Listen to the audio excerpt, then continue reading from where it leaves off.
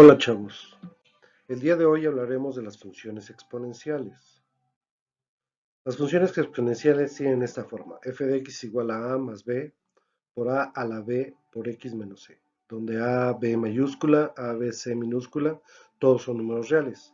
Además, a tiene que ser mayor que 0 y a tiene que ser diferente de 1. El objetivo de esto es definir e identificar una función exponencial, y como estamos hablando de funciones exponenciales, propondremos un repaso de leyes de exponentes. Las funciones exponenciales sirven para modelar crecimientos poblacionales, por ejemplo, de México, el comportamiento de las deudas o de los ahorros, y el crecimiento bacterial.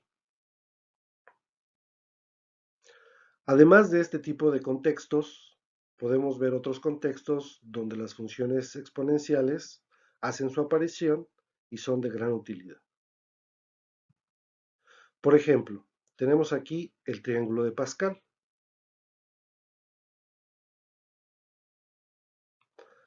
Si al primer renglón lo llamamos renglón 0 y calculamos su suma es 1. Al siguiente renglón lo llamamos 1, la suma es 2. El siguiente es el renglón 2, la suma es 4. En el renglón 3 la suma es 8. En el renglón 4 la suma es 16. En el renglón 5 la suma es 32. En el renglón 6 la suma es 64. En el renglón 7 la suma es 128. Y en el renglón 8 la suma es 256. Todas estas sumas tienen cierta característica. Veamos.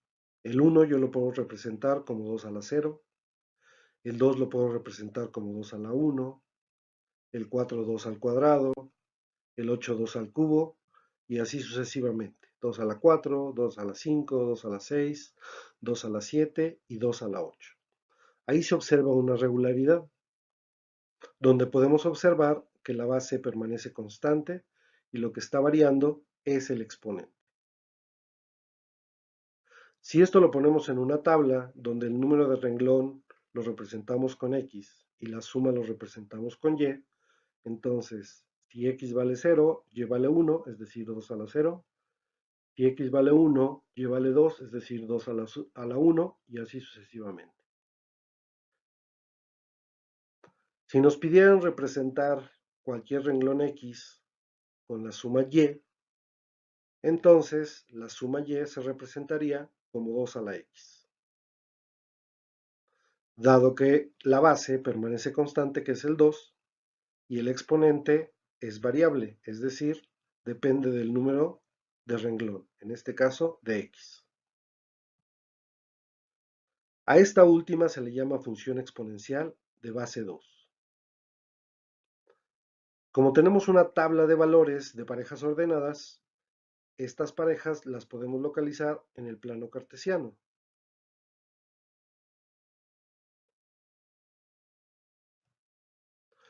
Dado que ya tenemos una fórmula para la función exponencial de base 2, podemos extender los valores de x a menos 1, menos 2, menos 3 y menos 4. Si x vale menos 1, tendríamos 2 a la menos 1, que es igual a 1 entre 2 a la 1, que queda 1 medio. 2 a la 2, 2 a la menos 2, que es 1 entre 2 al cuadrado, que es igual a 1 cuarto. 2 a la menos 3, 1 sobre 2 al cubo, que es 1 octavo. Y 2 a la menos 4, que es 1 sobre 2 a la 4, que es un 16. Si localizamos estos puntos, veremos que son puntos muy cercanos al eje de las x. Trazamos la gráfica y tenemos este tipo de gráfica que corresponde a las funciones exponenciales. Nos daremos cuenta que las funciones exponenciales siempre van a tener una asíntota horizontal.